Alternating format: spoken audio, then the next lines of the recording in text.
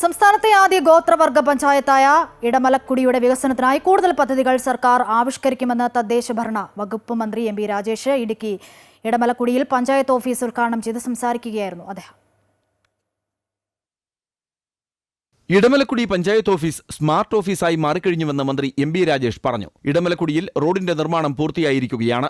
ആശുപത്രി, വൈദ്യുതി, mobile connectivity എന്നിവ യാഥാർത്ഥ്യമായി. ഇടമലക്കുടിക്ക് സർക്കാർ നൽകുന്ന പിന്തുണ തുടരുമെന്നും മന്ത്രി പറഞ്ഞു. ഇടമലക്കുടിക്കാരെ കേരളത്തിലെ ഗവൺമെന്റ് ചേർത്ത് പിടിക്കുക തന്നെ ചെയ്യും. ഇതുവരെ എങ്ങനെയാണോ ചേർത്ത് പിടിച്ചത് അതുപോലെ ചില പ്രശ്നങ്ങൾ MLA ശ്രദ്ധപ്പെടുത്തിയിട്ടുണ്ട്. ഈ റോഡ് നിർമ്മാണവുമൊക്കെ ബന്ധപ്പെട്ടിട്ടുള്ള ചില നിയമപരമായിട്ടുള്ള ചില പ്രശ്നങ്ങളുണ്ട്. MLAയോട് പറഞ്ഞിട്ടുണ്ട്, തിരിച്ച് തിരുവനന്തപുരത്ത് എത്തിയാൽ നമുക്ക് അതിനാവശ്യമായിട്ടുള്ള മീറ്റിംഗ് വിളിക്കാം. കഴിയാവുന്നത്ര ജനങ്ങൾക്ക് അനുകൂലമായിട്ടുള്ള തീരുമാനങ്ങൾ അതിലെല്ലാം നമുക്ക് ഉണ്ടാക്കാവുന്നതാണ് എന്ന് ഞാൻ MLAക്ക് ഉറപ്പ് കൊടുത്തു കഴിഞ്ഞിട്ടുണ്ട്.